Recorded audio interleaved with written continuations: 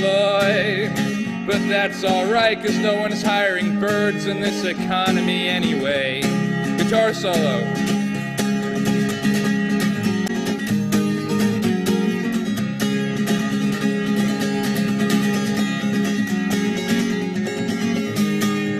I should have.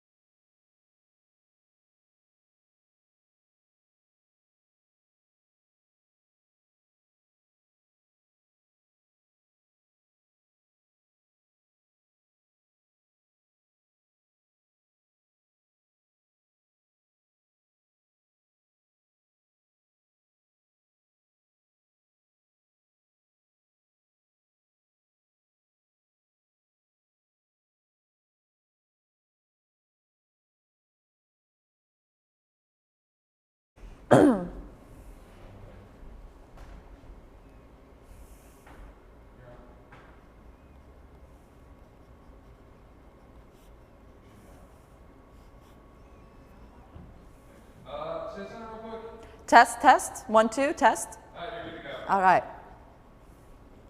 Welcome to Busted. I'm Adriane Hoff. I'm filling in for Scott Schultz, who is currently being a rock star storyteller in Boston right now. So here we are carrying on business as usual while our good friend is doing his rock star storytelling business out in Boston. So with this show, we are devoting it to busted stories, which are stories about getting around without driving, but with a little subtopic of stories from the Women's March from a couple weeks ago. I attended and I had some very profound experiences, and I felt that those are stories that are all worth sharing for both myself and everybody who attended. So tonight you're going to be able to partake in stories from 3 great storytellers, myself, Vicki Juditz, and Cricket Rumley. So stay tuned and enjoy.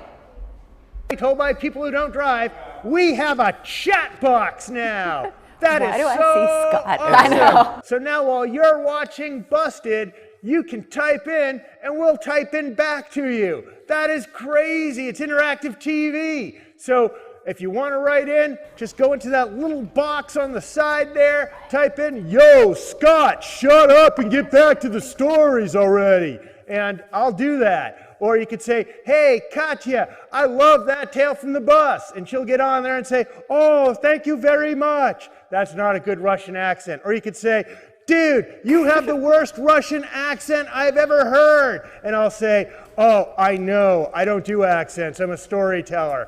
Anyway, go onto the chat box and tell us what you think when you think it, and we'll get back to you as soon as we think of a comeback. And now it's time for another story. Welcome back.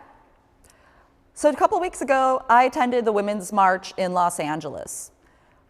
And the day before that was Inauguration Day, and it just kind of felt like the heavens were crying.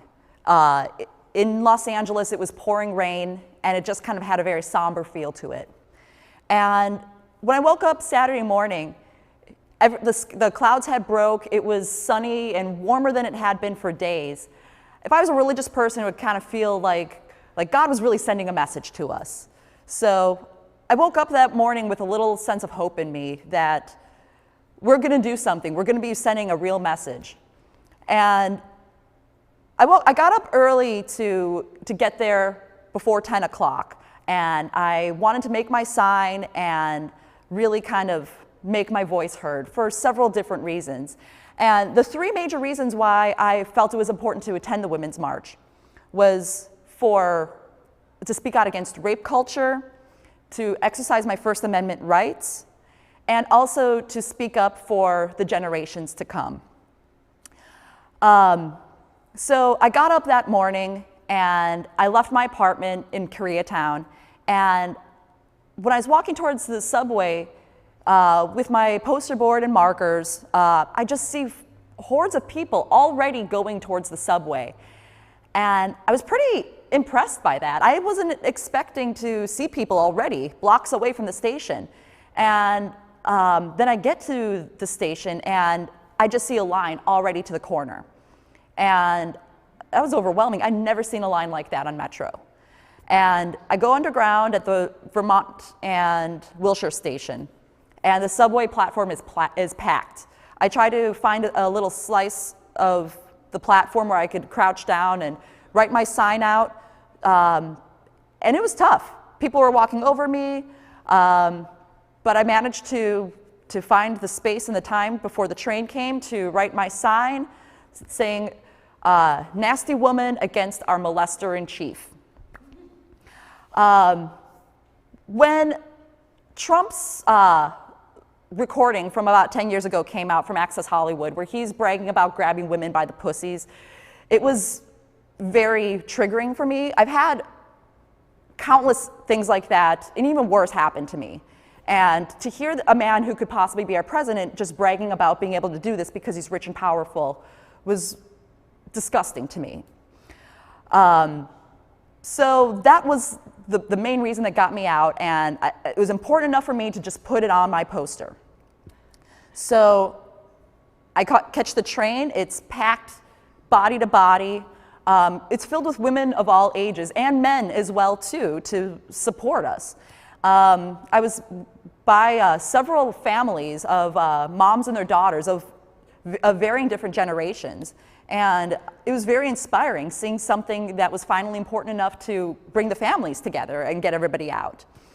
So everything was so crowded by Pershing Square when I got there around 9:30. It took about 45 minutes just to get above ground. And it was so overwhelming. People were on the verge of having a panic attack just because we couldn't move. And I was hearing everybody around me just kind of saying, like, it's going to be fine, just calm down. We're here for a reason bigger than us. And that resonated with me. So that kind of is what I was telling myself when I felt overwhelmed about the crowds. So I finally get above ground and just barely made my way inching forward towards a landmark on the corner where I was supposed to meet a friend. And while I was there, I couldn't even hold up my nasty woman against the molester in chief sign yet because it was so crowded. There's no way I could have held anything above my head. So I was holding it down below me and just standing there, anxiously inching my way forward. And then all of a sudden, I felt the light graze of a hand against my butt. And I turn around, look over my shoulder, and I see a man who didn't really look like he was there for the protest. He was wearing a dark hoodie, just carrying a lot of items, foul-smelling breath that just kind of stayed with me. And I'm like, well, maybe it's not him. I like to give people the benefit of the doubt. Maybe it could be a child behind me who just is losing her balance and needs something or somebody to lean against. So I took a step to the side, and then I felt his fingers kind of digging in further onto my butt. And at that point, my stomach turned, and I knew exactly what was happening and who was doing it. And I turn around with a look of disgust on my face, and the guy catches my eyes, and he just pushes his way through the crowd to get away from me. And so many thoughts and emotions come through my head when this happens. I consider following him and screaming out that that man just grabbed me and groped me. And I thought about running after him and kicking his ass myself, or grabbing his fingers and breaking them. But then all those things that us as young girls are kind of taught go through my head of like, well, is it worth the trouble? I mean, so much worse could happen if I make a big deal about it. I mean, I wasn't really harmed, was I? And I just decided to let it go. And I'm mad at myself for just letting it go.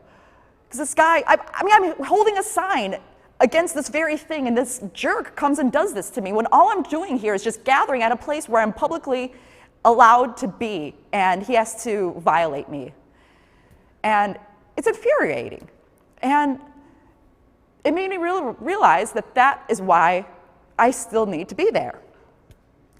So shortly after that, I find my friend, and the march starts moving, and we continue on. And we participate in the march for about 2 hours.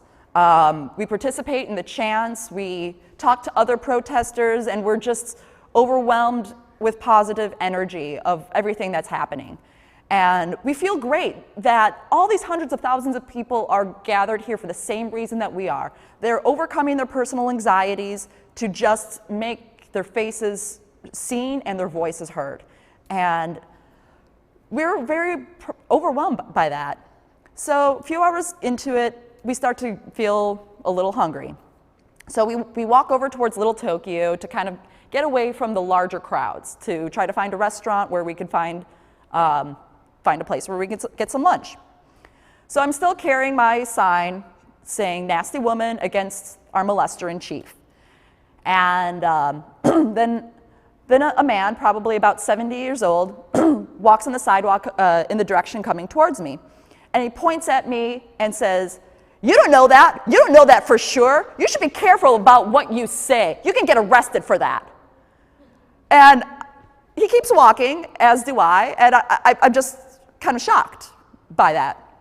I mean, we all heard those tapes of our now president bragging about just grabbing women by the pussies.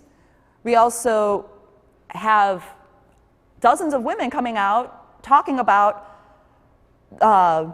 rape and molestation against him, so we kind of do know this. And no, I can't get arrested for this. As of right now, despite his efforts, we have a First Amendment right to protest and to speak out. And like, I turn to my friends and kind of just like, hey, that wasn't ironic, was it? And like, no, he was absolutely serious about that. And so it's alarming to me that we have a president now that is trying hard to silence reporters and those who speak out against him. And so it's more important now than ever to get out there and be loud and speak out against any kind of injustice. So we finally find a restaurant where we can get a table, and we met with some other friends there who were also protesting. And one of my friends brought her 9-year-old daughter to the protest. And she felt it was very important for her daughter to learn this kind of engagement and learn why this is important for us to speak out. And her daughter is wise beyond her years. I've known her kid since the girl was 3 years old, and she's just always surprising me with her wisdom and with her compassion. And so she was getting kind of bored and antsy at the restaurant like any 9-year-old would, hanging out with adults. And so I turned my sign over. I'm like, hey, do you want to make a protest sign of your own? And so I pulled out my markers, and she was very eager to get drawing. She's like, well, I'm not quite sure what to write. I'm like, well, what's important to you? Is there anything that's upsetting you that's going on in the world right now that you would like to see changed? And she was telling me how much it bothers her that since the election, she has so many friends at school who are just afraid. They're afraid of getting their family split up. They're afraid of getting deported. They're afraid of having their neighbors call out against them for who they love or who they worship. And so she decided on a sign that said, "We all belong here." And she drew a rainbow over it and stick figure people holding hands. And it was a really beautiful sign. And it really said a lot about what is important, like just some respect and love and compassion. And if a 9-year-old knows this, how can we have a president who's now encouraging us to do the exact opposite for our neighbors? So for the generations to come, and for all my friends and neighbors, I will continue to speak up. Thank you. No flop sweat on me now.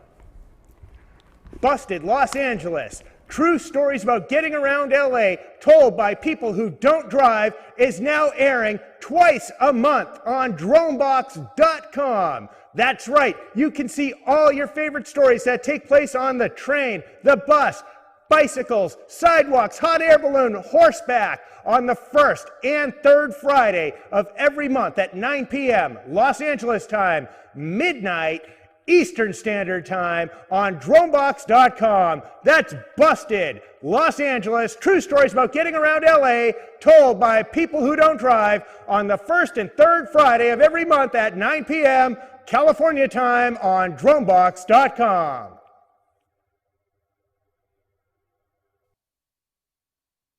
next storyteller is Vicki Juditz. She was actually at the march in Washington. So take it away, Vicki. I was at the parking lot of the Jewish temple on Sepulveda before dawn. A bus pulls in, about 25 people show up. You told me it was on. You lied to me, Noah. You lied to me. What? What is happening? Should we start again? Start again. I show up at the parking lot of a Jewish temple on Sepulveda before dawn. A bus pulls in, about 25 more people show up, including the rabbi who is in charge of this trip. He's with a group called Bend the Arc, and that name comes from the Martin Luther King quote, "The arc of the moral universe is long, but it bends toward justice." His group is a Jewish social action group. We all get on the bus and we head for Las Vegas as the sun comes up, our mission to get out the vote for Hillary Clinton. And on the bus we sing some of the old favorites like Hine Matovu Manayim Shevarachim Gam Yahad. How glorious for us all to come together in unity. We get to Vegas and we're divided up in teams and we get our voter lists and our maps and we get Lyft drivers and we head out. And one of the people on my team is a young journalist with the Jewish Journal, and he says to me, "Have you ever volunteered for a presidential campaign before?" And I say no, but if Hillary Clinton doesn't win, we're all gonna have gold stars on our chests. I'm just kidding, sort of, maybe don't put that. We go door to door for hours. People open their doors. I'm shocked, I never opened mine. There is a lot of support for Hillary Clinton, except for one guy, middle-aged white man, who yells through his screen door at me, "They're both pedophiles." I say, well, you have a blessed day. At the end of the day, we all get on the bus, we head back to Los Angeles. The mood is upbeat. I mean, we think Hillary Clinton is going to win, maybe in a landslide. And that journalist says to me, "Hey, would you like to come with me and other people from the paper to the kibitz room at Cantor's to watch the election results come in?" And I say, yes, that sounds great. I don't have a television, and what better place than a bar packed with people to celebrate Hillary Clinton becoming the first woman president of the United States. A week later, I wear all white to celebrate Hillary, the white knight who's going to save us from the infidel. And I head over to my polling place at 5:30 a.m., and there's nobody there yet. And I wait till 5:45, and then 6 o'clock, and then finally one other woman shows up, and I get out of my car, we get in line. By 7 o'clock, when the polling place, which is a fire station, by the time it opens, there's a line down the block and around the corner. And I text my daughter, who's a freshman at NYU in New York City. I say, I just voted. She has just voted for the very, very first time. And she texts me, Mom, I'm going to go with a friend tonight to the Juditz Center to see Hillary. And I text back, wow, I am so jealous. That night, I go to the kibitz room at Cantor's. It's a little bar off the main eating area there, and the mood is festive. And the first couple of states go down, Kentucky, Texas, and we say, oh, well, you know, those states. And then South Dakota, North Dakota, Missouri. Utah goes blue, but not Georgia. And then Hillary is losing in Florida, and I call my daughter, she's at the Juditz Center, and I say, I don't know if Hillary can win. And she says, Mom, don't talk like that. I'm not going to listen to your anxiety, because she sees me as a negative, anxious, paranoid person, which basically I am. More states go red. My state, my home state, Pennsylvania, it's going red. And then the math just, it doesn't add up. And I call my daughter, and I say, how are you? And she answers me, and there's no expression in her voice. She says, I'm sad. She says, Mom, there are pregnant women here, holding their bellies, lying on the floor sobbing. And I say, it's going to be okay, because I'm her mother. Not because I believe that. At home, Neil Gabler writes on the Bill Moyers page, November 8th, 2016, America died by its own hand via electoral suicide. The next day, my daughter texts me. She says, Mom, it's hard to get up. She said, it's hard to care about anything. She goes to class, she texts me, Mom, everybody is here crying.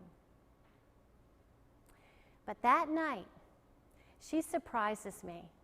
Now, I'm the one that's always marched. I've marched as long as she can remember against wars and against global warming. Not my daughter, never interested. That night, she sends me a video on Facebook from Trump Tower. She is at that protest, and the kids are yelling, not my president. And she texts me, Mom, this is my generation's Woodstock. And I think, well, it's your Vietnam. The Saturday after the election, I joined a protest here in Los Angeles. 8,000 of us marched from MacArthur Park to the Federal Building, and we're chanting, say it loud, say it clear, immigrants are welcome here. We're chanting, no Trump, no KKK, no fascist USA. We're chanting, can't build the wall, hands too small. And police line the streets, standing shoulder to shoulder, their helicopters whirring overhead, but we are peaceful. We are on message. The permanent route takes us through the 3rd Street Tunnel. Now, I don't know if you've ever driven through there downtown in a car. You go through in a matter of seconds. It's not the same when you're marching with thousands of people, shoulder to shoulder, crammed into that tunnel, your voices deafening, echoing off the cement walls. For a moment, I almost am afraid they're going to close the exits, the entrances to that tunnel. We'll be gassed. But no, of course, we continue on. January 21st, my daughter eagerly went with me to the Women's March on Washington, and we wore our pussy hats, and my sign says, Pussy Grabs Back, and hers says, Phenomenal, that's a woman. And my favorite sign, if I wanted America in my womb, I would fuck a senator. and we stand in front of the Jumbotron and we see Gloria Steinem speak, and Angela Davis speak, and our Senator Kamala Harris speak, and the wonderful representative from California, Maxine Waters, speaks. 500,000 of us in Washington, 750,000 in Los Angeles, 400,000 in New York City, over 3 million people across this country. We march for women's rights. We march for immigrant rights. We march to save this planet. We march for everything that's right and decent. Hine matovu manayim shevet ahim gam yahad. How glorious when we all come together in unity.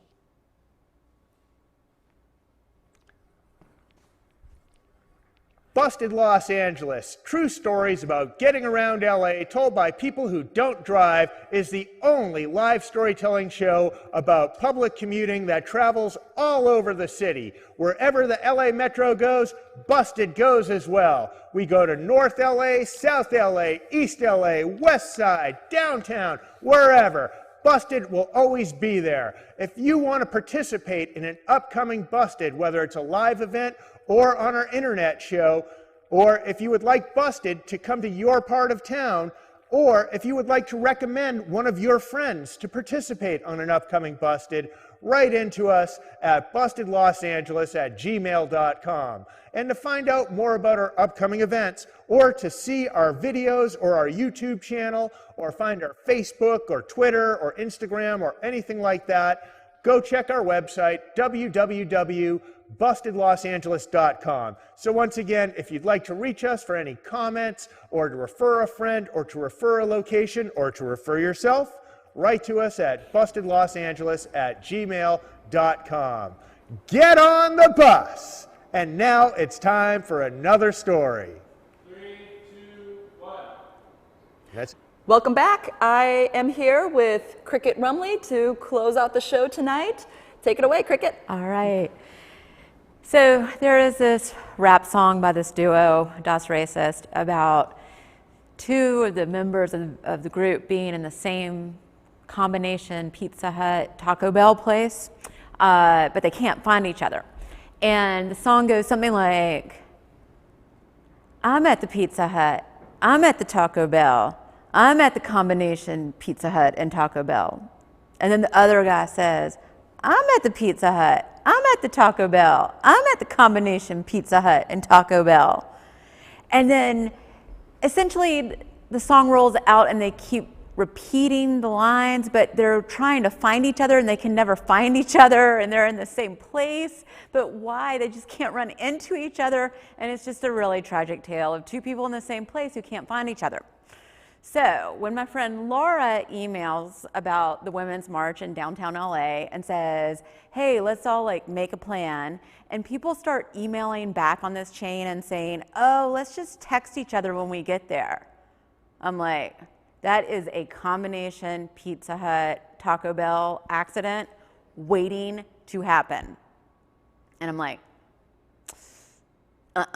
So I gently write Laura back and say, I really think there are going to be a lot of people here. Well, let's make a plan.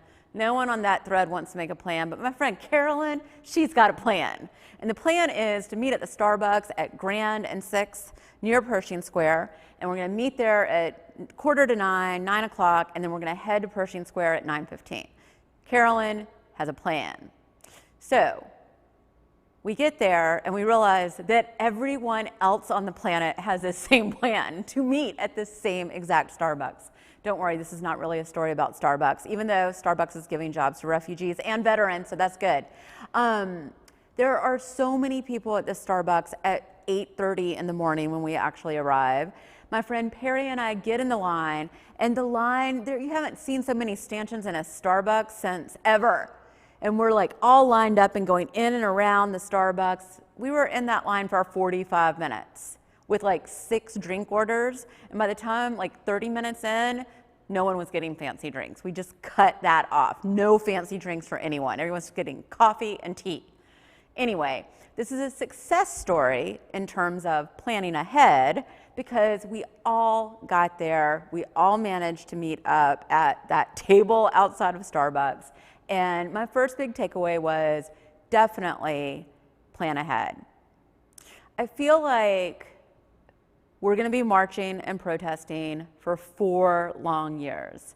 And the women's marches, as wonderful as they were, are going to be essentially the starting point for more marching to come. So the first thing that I want to say to everybody is definitely plan ahead. We need to plan where we're going to meet. And what I realized is that we had a good idea to meet near Pershing Square, but actually I think planning to meet several blocks off, like 5 to 10 blocks away, is going to give you more access and flexibility. That's the first thing. Second thing is we have to plan ahead, because if you were downtown in Pershing Square, your internet went out. Everybody's cell phones, no one could get a signal, no one could text anyone, it just wasn't happening. And I don't really think that the man was shutting that down, but I think that the systems were so overloaded that we couldn't communicate. So I think we have to go old school with the planning people, pretend like it's like 1995, no one has a cell phone, no one has texted or sexted. Sext isn't a word, text is like whatever, words, not texting with your thumbs. Plan in advance. Plan a meeting place, plan an exit route, which brings me to number 2, which is I think that if a march has a start time, go early. Go early. So see, Laura had actually written that she was going to leave NoHo, the North Hollywood Red Line station, at like 7 a.m. on Saturday, and I was like, what? That's ridiculous. Why would you leave at 7 a.m.? It only takes you like 30 minutes to get to, oh, crap. There are going to be thousands of people. At that point, I was thinking thousands of people, not hundreds of thousands of people. But as the days went on and it became clearer and clearer that there were going to be more people, I actually got my girlfriends to come to my house, and we took the bus down. And this brings me to number 2 of my recommendations, or 3. I think I'm on 3 now. It's going to be really helpful if everyone gets to know the public transportation system. Metro is definitely one way to go. I think understanding buses in and out. Google Maps is great for planning transit. There's also an app that I'm a big fan of called City Mapper. With GPSs, global positioning and everything, it's really easy to figure out how to do this. Get a tap card, put like $15 on it so that you can just tap at the bus, tap at the metro, just go ahead and load up a card so that you don't have to stand in line at the metro station trying to get to the march. Just go ahead and load up that card. Also, I did go to a march at the airport last Sunday. So excited about what we've been able to achieve with that march, with the protest at the airports around the US. And that was really interesting because we had this discussion, should we take public transportation, take the flyaway bus from Union Station? Is that going to be a smart way or not so smart way to go? A friend and I ended up carpooling. She drove and we parked off-site, took the shuttle into the airport, but a few hours later, it was really hard to get anywhere around there because here's the thing with marches and protests, they shut things down. That's part of the plan, is to shut streets down. I mean, Grand was shut down downtown. That wasn't on the list of streets. There were so many hundreds of thousands of people that they just took over the street. At the airport, there was supposed to be rotating back and forth what levels of the streets were being shut down and open. I don't know, maybe some control was lost there, but there was a ton of traffic and we ended up having to walk out of there about 1.5 miles to the parking lot where we had parked. So be prepared to walk. Angelinos, I know this is hard for you unless you're car free.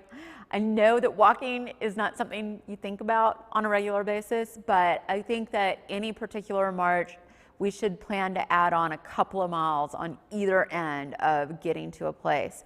It's just going to make our lives easier if we are wearing super comfy shoes. Those are my big takeaways. There's going to be more. I'm so proud of us.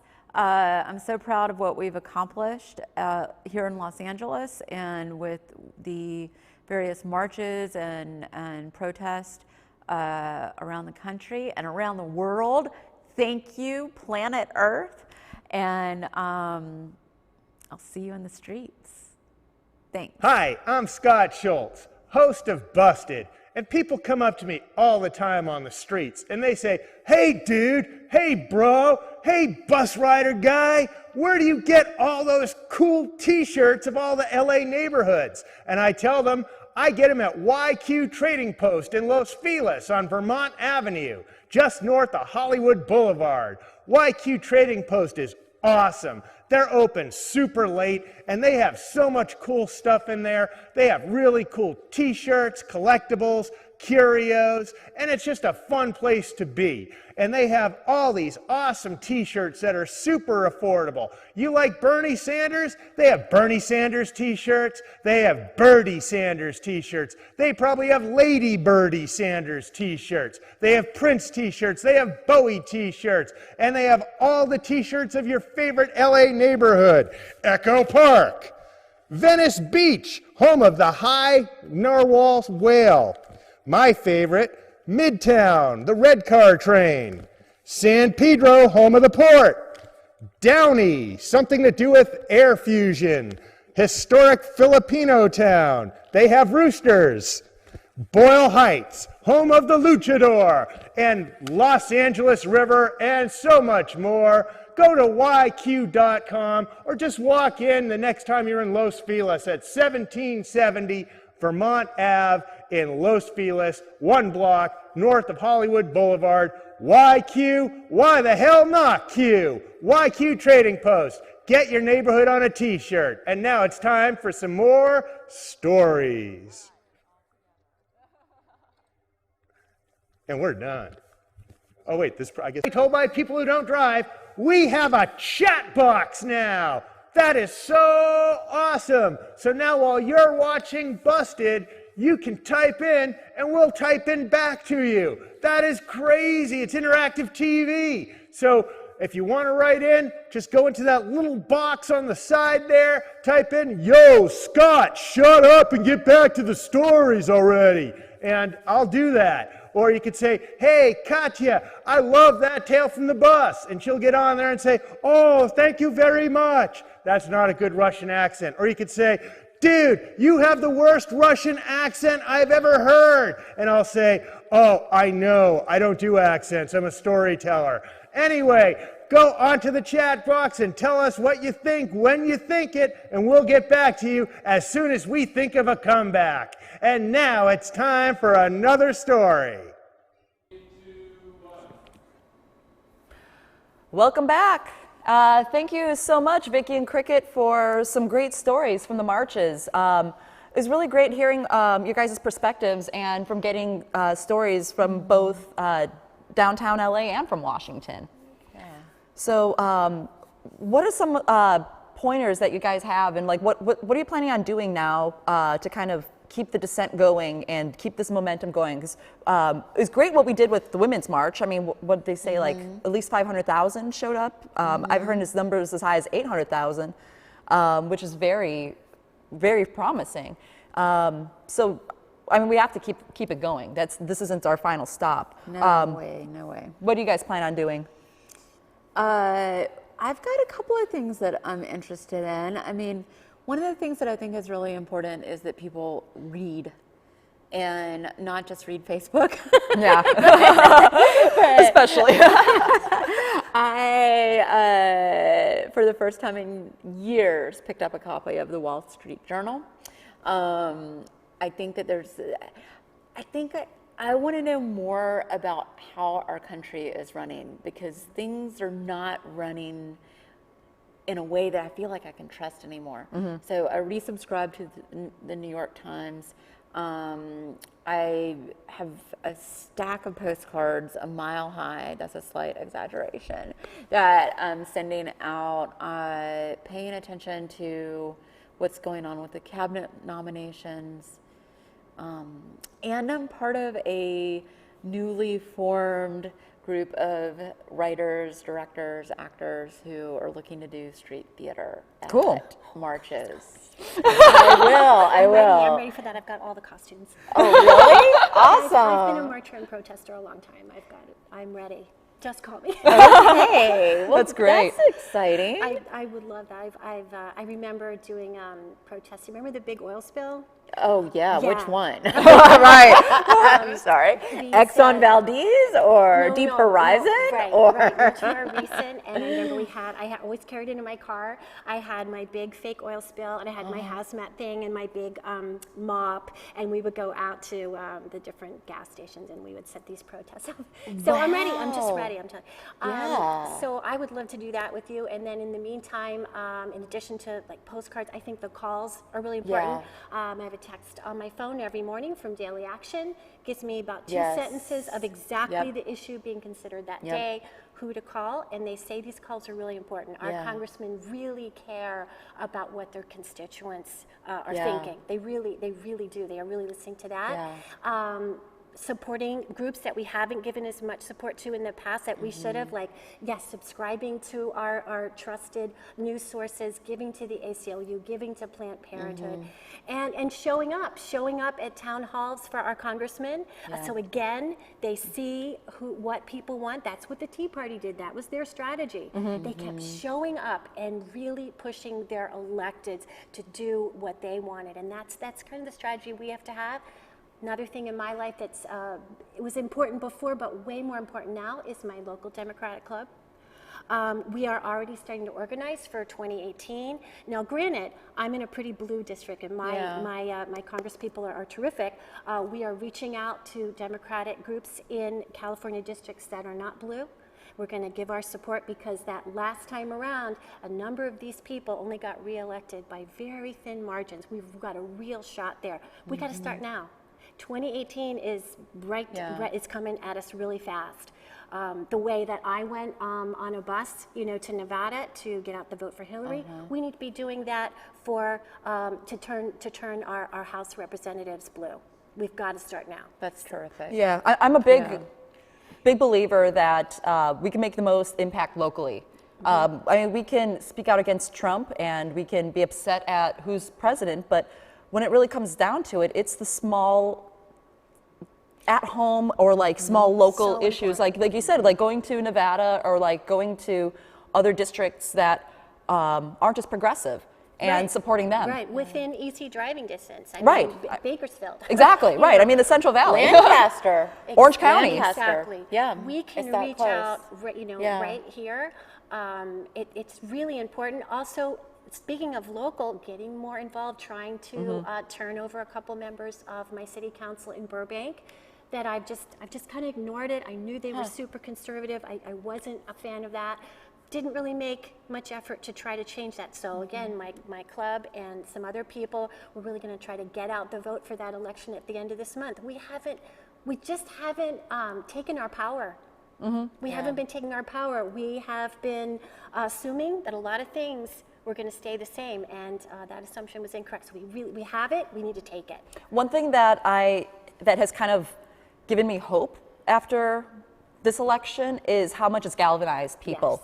I mean, absolutely. I haven't seen really there are protests during the Occupy movement, but I think it's really been since the Iraq War where I've seen large numbers like this, and I've never in my life seen such large groups coming out, and and I think we've just gotten comfortable. And then people willing to go further with Occupy. Great energy that dissipated. Yes. We didn't take advantage of that energy. I think something that's also really important is that we examine how the playing field is very different.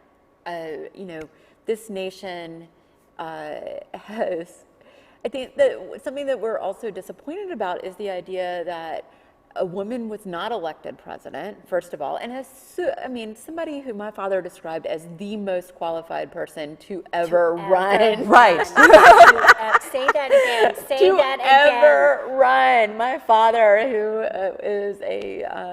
was a career military officer, he said, "Cricket, I watched the debate. She is presidential, and she is on paper, the most qualified person to ever run." But you know what? Our nation is not white anymore. Our nation is not white anymore. And we need to make sure that we are helping to transition our world. Our nation is changing, and it is not the people who wrote the Constitution, who wrote the Declaration of Independence, were a bunch of white guys from like England, and that's not our country anymore. Right. And we all need to recognize that. We need to be allies. I think women need to be allies. White women need to be allies to women of color, just as we were talking about men being allies to women in the Women's March. What do you guys think about this? Yeah, so I saw a lot of men at the march. Yeah. I would probably say it was like a 2-to-1 ratio of women to men. Like for every, there's probably one man for every 2 women there, from what I was seeing. And it wasn't just men who were there because their girlfriends coaxed them to come out. Like they were there because this affects everybody. And so it was very positive to see that. And it kind of got me, like something I noticed early on. So the first several people that I saw with microphones and megaphones leading chants were all men. And it kind of got me thinking, like, well, this is a women's march. Like what's a role of an ally at a march? It's great that they're there supporting. Like, should they be taking a step back and letting somebody else have the microphone who is somebody who's being directly impacted? But then it also made me think too, I'm like, is a man doing this because we aren't taking up that space? So it kind of, it gave me some food for thought. Well, I'm just gonna say flat out, I think that was a dick move. I do agree. And okay, so this is what's really tricky. It was a women's march, but everyone's invited, right? Okay, so I'm so happy that so many men in my life, friends, students, were marching and wanted to march. But I feel like if there is an organizer of the space, then you have to be respectful of the organizer. So if I go to a Black Lives Matter march, if we all go to an immigration march, like I don't know that I should be getting up on a truck, right, and leading the chant. Right. Yeah. Like I was mentioning earlier, one of the men I saw, like he had climbed on top of a truck. He had a microphone with an amplifier. Like he was like he was into this. Like he's probably like one of those career protesters that like with any issue was just showing up and making his voice heard, which is great. But it's like he's a guest in our house during this. So it's like be supportive, be loud, but let somebody else lead this. He's like the drunk uncle who showed up and is like, I'm not in charge. You're like, hush up, drunk uncle. Go lay down. Yeah. All in all, though, I didn't have that experience. I'm not quite sure how I would have felt about it. But what I did see were signs with various issues, all progressive issues. And in my last decade of marching, I would never see that. If I went to a climate march, it was just all that. If I went to something about an anti-war protest, what I did like is that I feel different groups are joining together. I do too. For a progressive agenda, hopefully, ideally, to help each other. Yeah. Yeah. Yeah, I think like one good thing about it being the Women's March is every issue affects us. And so it's not just like limited That's a to, great point. say, like reproductive health or wage equality. It's everything is included. Right. clean air, clean water, Yeah. that affects. Yeah, That and I saw a lot of those affects too. everyone. Yeah. Well, also, it's really interesting because for me, when I woke up on the day after the election, I just felt so disappointed in humanity. You know, like you just said people were there with progressive signs for progressive causes, and it's interesting because at this point it doesn't feel like progressive, it feels like human. Yeah. Okay. I feel like Yeah. that there's been a shift in my mind about how I see this. In the past I would have said progressive, but now I feel like That's a good no, point. this is just about human beings taking care of humanity, taking care of the planet. You know, there was a piece in the New York Times Sunday magazine that the Standing Rock movement was started by teenagers. Really? Teenagers who put together a youth group to try to combat, in part, the high rates of suicide amongst teens in their community. And it's so interesting. I wasn't aware that that was the origin story, but look what they started, those kids. That's amazing. Right? Seattle's voted to divest from Wells Fargo because Wow. of oil investment. Like, And the veterans coming to support, yes. so a group finding those alliances that are a little Yeah. unusual Yep. can help us go forward. Right. Alliances, building bridges, asking how can we support each other and stand up for all of humanity. I think it's so critical. Yeah. Yeah. I remember this phrase when I was younger that if you aren't a liberal when you're in your youth, you have no heart. But if you if you're a liberal when you get older, then you have no brain, or something to that effect. That you grow up. Yeah. You grow up and you want to protect your house and your job. And so I you kind of become feel the conservative. opposite. Like now it's like know, these like these issues that you're I've saying, gone like further these that aren't way. progressive issues. These are like world issues. They're These are human issues. Yes. It's like. Yeah. Well, like no, it's like common sense. Like why would you want to just like destroy like the water supply? Why would you want to? Why would you do that? That's a stupid thing to do. You know, if that's polluted, it's not gonna just unpollute itself, right? Right, and finding that common ground. You know, for whatever reason, there are people who maybe are never going to embrace global warming, but the causes of that, the sources of that problem, we can all relate to with like clean water and clean air. So we can find that common ground on things that obviously that are common sense, and strive more to come together. that way. Absolutely. Well, it's also really interesting. I read Sean King put out this action that. I love Sean King. Sean King. I think Yay, we're Sean giving King. a Yes. shout out to Sean King. Yes, Dustin is pro Sean King. He put out this thing saying, you know, look at what's happening in the cities. Like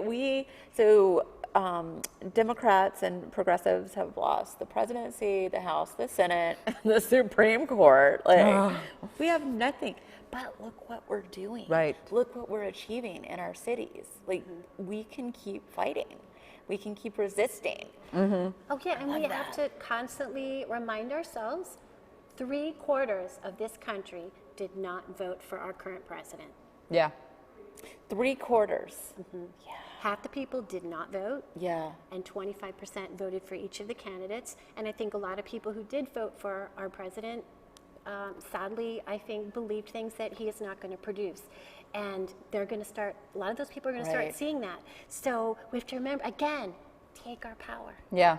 take it, Yeah. and use it. You know, it's really interesting. I appreciate something that you just said, Vicki. You said our president.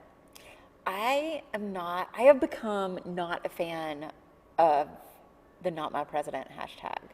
I am not a fan of that. I'm not a fan of it either. Like he is our president, whether He we is like it our or not. president. But like, I don't have to just shut up and deal with it. No, and I actually think we should embrace it and say he's my president, and embrace our First Amendment rights, which obviously we are doing. Because for me, the "not my president" hashtag sends this incorrect message that we don't want, that we don't respect the rule of law. And I think that Right. that's Yeah, what's I agree with that. happening is that, and Or that we're denying reality. we're denying He is our reality. president. Yeah, So he is now our what? president. That's a good Right. point. I think that it's important to say, you know what, Electoral College needs to go. Like, no one is assassinating anyone, at least not so far. Let's like keep that off the list, off the agenda. We'll edit that off in post. But yeah, you know, like, not my president, I think makes us sound like children Yeah. who are angry. I do agree with that. And I remember the protests that were the weekend after the election. Like that was, I wasn't there. I was out of town that weekend. But I remember like seeing the videos that were making the rounds on social media and everything. And that Yeah. was the chant that seemed to be going through the most is "Not my president." Right. And I didn't like that. It's like that is the sad reality of it. Like, Yeah. and like it kind of just gave a lot of the naysayers, like we're saying like, oh, they're just a bunch of crybabies who just are in denial about it. And it's like, well, no, not really. Like we're We were just angry. yeah, exactly. At that point. I think we're really angry at, Yeah. at losing this incredible female figure that would have led our country. So I think it was kind of a knee-jerk reaction. But Yeah. I agree with you. Yeah. Especially at this point. No, I don't know that serves us. And I think that the thing that sparked the Women's March was also a knee-jerk reaction. But by the time it actually happened, and did you guys read the unity principles behind that the founders of the march put up online?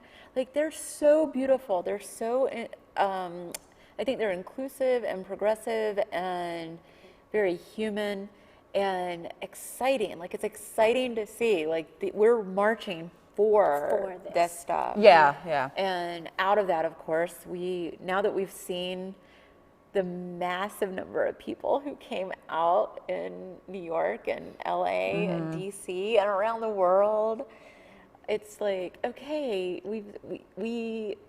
I'm thrilled. Like, I was so excited Yeah. to see that number of people out. It was cool. It was like as overwhelming as it was to just be so body to body with people. I'm like, sure. we're all here for the same reason, and like that was comforting. It was so cool. Very much so. So wait, where did you start out from? Which? I started at the Wilshire, Vermont station, Okay. and which is a busy station to begin with. Yeah, it is. And then I went to the Pershing Square station, and I took you can get off in like a few different areas, like either right by Pershing Square or by 4th Street. Yeah. And I was like, oh, I'll be smart and get off at the closest one. Yeah, not smart, because that's where everybody was getting That's where off. everyone was getting Yes. off. Okay, so that's remember for why next time. we Exactly. need to Yes, be several exactly. blocks Have off. that point away. Yeah. Okay. So thank you everybody for tuning in tonight on this special edition of Busted about our experiences at the Women's March. Thank you, Scott Schultz, for giving us this platform to share our stories, and tune in soon for the next episode of Busted on Dromebox Labs. Thank you. Had more time to work on that guitar solo, 'cause I'm unemployed. I got no job, I got no change in my pocket, no thoughts in my head. Yeah, I'm unemployed, but that's alright, 'cause I got food in my belly and I'm living my life instead. Thank you, Dromebox.